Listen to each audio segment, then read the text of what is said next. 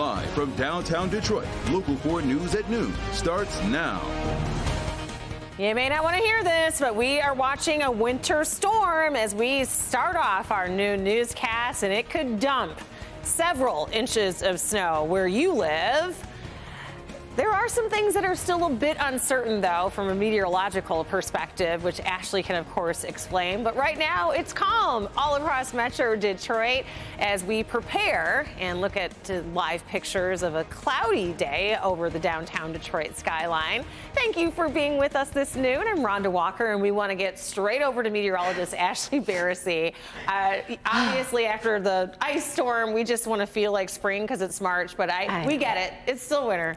Yeah, so, the rest of today is going to be calm, but we want to forewarn you of a very impactful system. And this is much different than what we've dealt with the last couple weeks where we had these ice storms. This is going to be a significant snowstorm for much of southeastern Michigan. And this is a look at that upper level system and how it's tracking. And we've been saying for days that if this low system tracks 20, 30 miles north, 20, 30 miles south, that heavily dictates the kind of precipitation we will see, because that also dictates that rain snow line with the temperatures. Well, now it looks like it's trending a little farther to the southeast, which puts us in that cold sector. So this is a model run that is projected out that has some areas of lower Michigan outside of our viewing area, closer to Lansing, upward of a foot of snow. So I'm not going to jump on that bandwagon yet, but I do think we get significant snowfall, and we're going to look at those projected totals when we get your full forecast. But for now, heads up, winter storm watch goes into effect 24 hours from now, noon tomorrow until 2 a.m. Saturday for all of southeastern Michigan.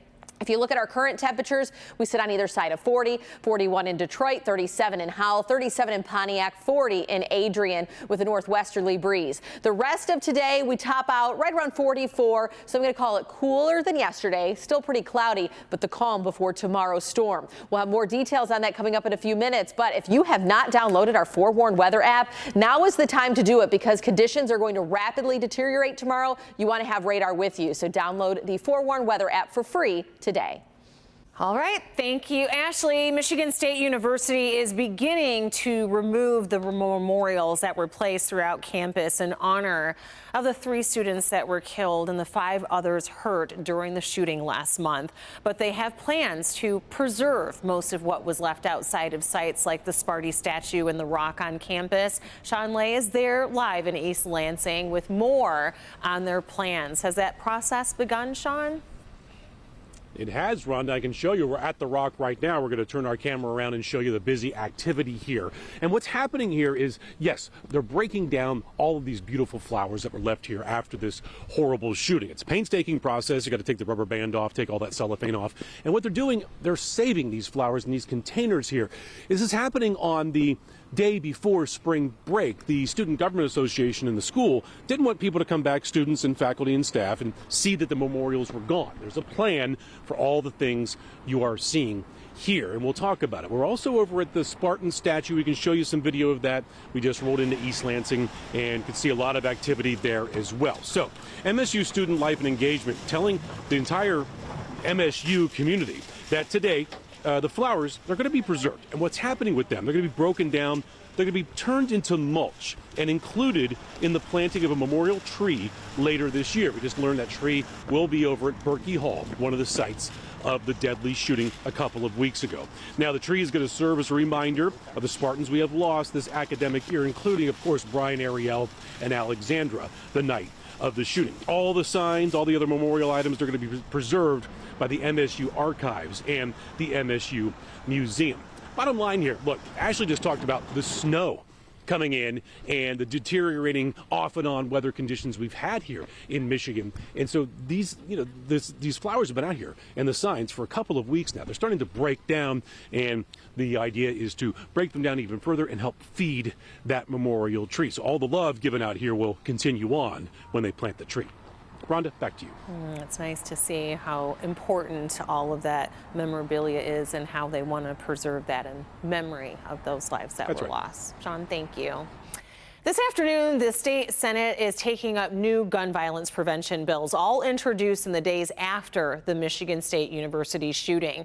This is a live look from the Senate floor with the session starting just minutes ago. Now, the House debated the measures yesterday. The bills would require universal background checks, create secure storage laws to keep legal guns out of the hands of children and teens, and establish red flag laws. That allows the courts to temporarily remove guns from anyone who poses a threat to themselves or others. So we will keep an eye on the Senate today, and we'll have much more in later newscasts this afternoon.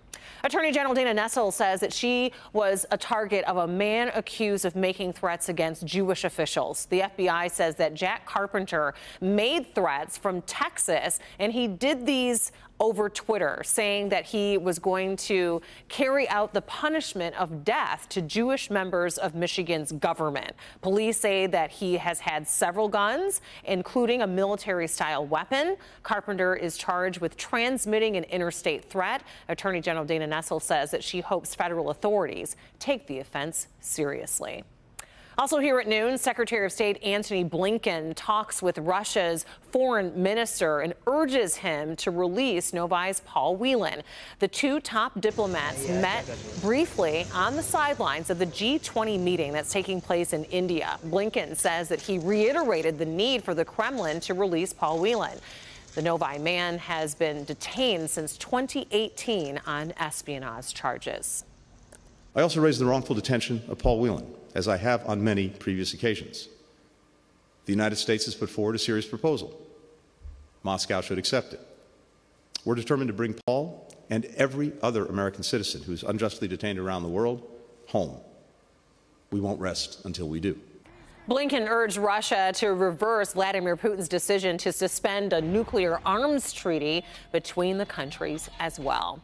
Another big move made by the Detroit Red Wings today. The team is reportedly trading Tyler Bertuzzi to the Boston Bruins. Bertuzzi is one of the team's leading scorers and is an upcoming free agent. A short time ago, Captain Dylan Larkin got emotional as he reacted to this news.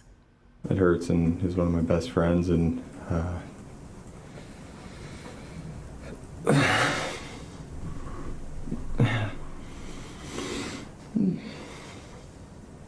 sorry.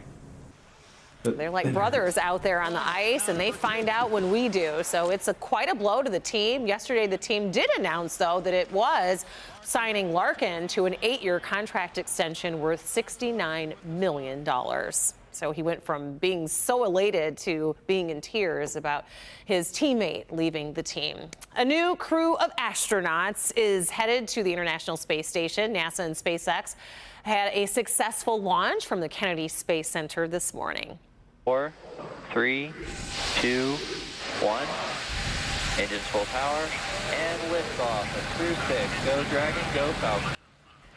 Two NASA astronauts, a Russian cosmonaut and an astronaut from the United Arab Emirates, will be staying in space for about 6 months. They will maneuver through space for about a day before docking at the International Space Station. This was the second attempt for that launch. Monday's launch had to be scrubbed at the last minute because of a problem with the ignition fluid. Still ahead, a scare on a Spirit Airlines flight when smoke starts filling the cabin. What caused a fire that forced the plane to make an emergency landing. And drama in the courtroom this morning as closing arguments start wrapping up in the double murder trial for Alex Murdaugh. We'll have that next. And before we go to break, a reminder, we're encouraging you to dress in blue tomorrow on Friday for Colorectal Cancer Awareness Month. And our Christy McDonald is a tireless advocate for this. And here's a look at what she's working on for tonight at 5.